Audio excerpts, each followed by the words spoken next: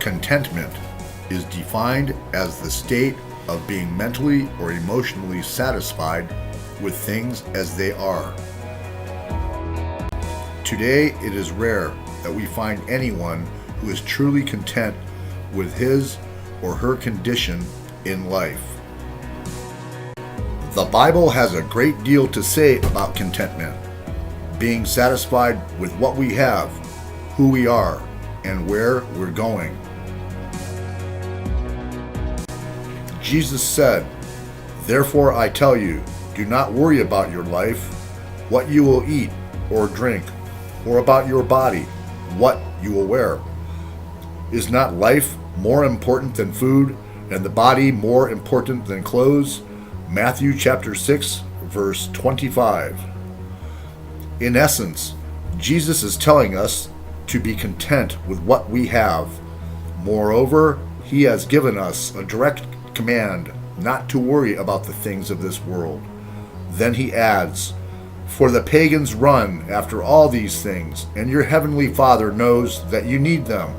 But seek first his kingdom and his righteousness, and all these things will be given to you as well." Matthew chapter 6, verses 32 through 33. From Jesus' words, we can deduce that the lack of contentment is sin, and it puts us in the same category as those who do not know God. The Apostle Paul was a man who suffered and went without the comforts of life more than most people could ever imagine. Yet he knew the secret of contentment.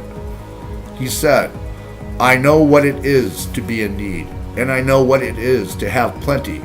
I have learned the secret of being content in any and every situation, whether well-fed or hungry, whether living in plenty or in want. I can do everything through him who gives me strength." Philippians chapter 4, verses 12 through 13. The writer to the Hebrews adds, "Let your conduct be without covetousness. Be content with such things as you have, for he himself has said, 'I will never leave you nor forsake you.' So we may boldly say, 'The Lord is my helper. I will not fear. What can man do to me?'" Hebrews chapter 13, verses 5 through 6.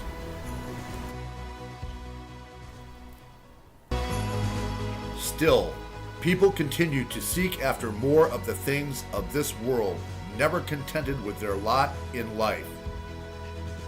The bumper sticker that reads, "He with the most toys wins," epitomizes the world's cravings for more and more.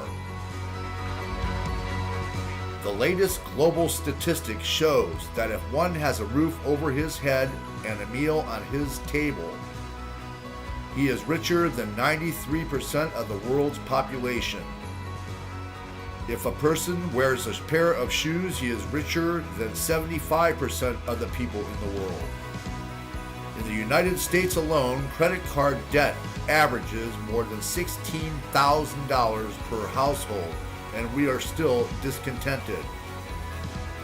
Solomon, the wisest and richest man who ever lived, said, "Whoever loves money never has money enough.